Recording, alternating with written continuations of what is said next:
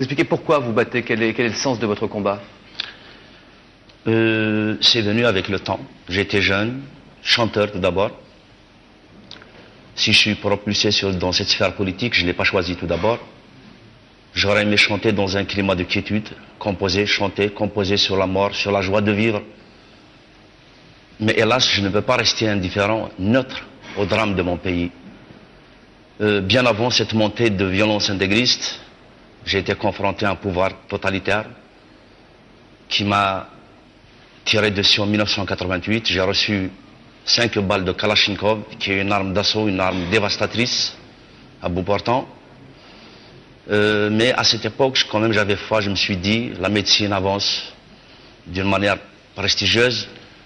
J'ai gardé espoir. Mais quant à l'enlèvement du GIA, c'est tout autre chose. Chaque minute qui passait pendant ma séquestration était une mort supplémentaire. Quand j'étais dans les trous, dans les maquis du GIA, je ne savais pas qu'est-ce qui se passait à l'extérieur. Je ne savais pas qu'il y avait cette mobilisation, cette formidable solidarité qui réclamait haut et fort ma libération. Ce n'est qu'à ma libération que j'ai compris. Donc c'est bien avant la montée intégriste que j'avais pris conscience de mon identité tout d'abord, parce que je suis algérien, je me sens autochtone de ce pays, je suis berbère, je ne suis pas obligé d'être musulman, je suis laïque. Peut-être pour beaucoup, I like Algérie, ils vont dire qu'ils se sont trompés, mais c'est volontaire, parce que je suis laïque. Et je me battrai pour ces idées. J'ai envie de vivre davantage, pour encore divulguer, dire des choses. Mais si je dois mourir, comme vous l'avez dit tout à l'heure, pour mes idées, anyway. Vous perdez de vos camarades régulièrement, à chaque fois que quelqu'un tombe.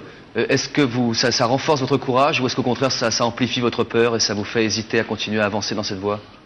Aujourd'hui, on est là pour parler du courage. Je ne sais même pas si j'ai du courage. Ou c'est de la témérité. Mais je pense qu'avant de parler de courage ou de témérité, moi j'ai foi en mon identité tout d'abord. Il y a des gens qui en font une religion. Moi j'ai foi en mon identité parce que de tout temps, on a montré un ostracisme à l'égard de cette culture ancestrale, de cette culture berbère qu'on continue encore à revendiquer, coréenne.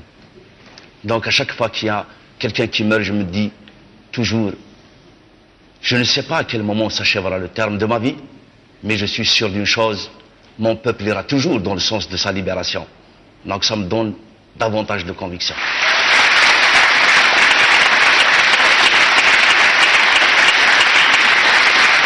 Faut que vous le sachiez tous, je me bats contre le pouvoir central et contre les intégristes.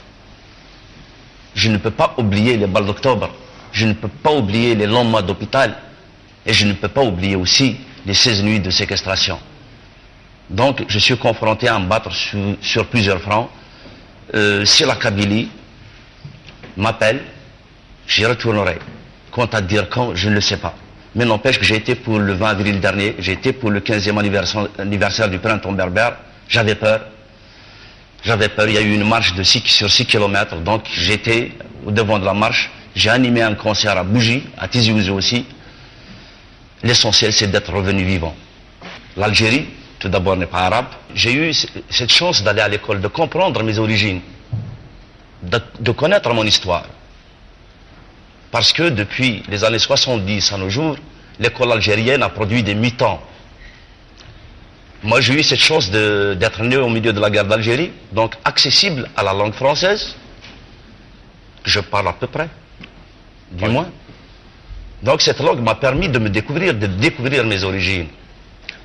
Je ne refuse pas les autres conquérants, les autres, parce que l'Algérie a ses diversités, ses différences. Malheureusement, ces diversités qu'on pouvait exploiter positivement, ils les ont transformées en différences béantes, négatives. Aujourd'hui, prétendre en Algérie qu'on n'est pas arabe, on est vite pointé de l'index. Ça y est, il est séparatiste. Quelqu'un qui vous dit « Ah non, je ne suis pas berbère », ça passe naturellement. Moi, je revendique mon algérianité, mon histoire. Je suis algérien, je suis né en Algérie, je ne connais pas un traître mot d'arabe, je suis berbère, je ne suis pas arabe et je ne suis pas obligé d'être musulman. Ma mère ou mon père peuvent être musulmans, mais moi j'ai le droit de choisir bon sang. Merci. Le droit de choisir, c'est l'essentiel.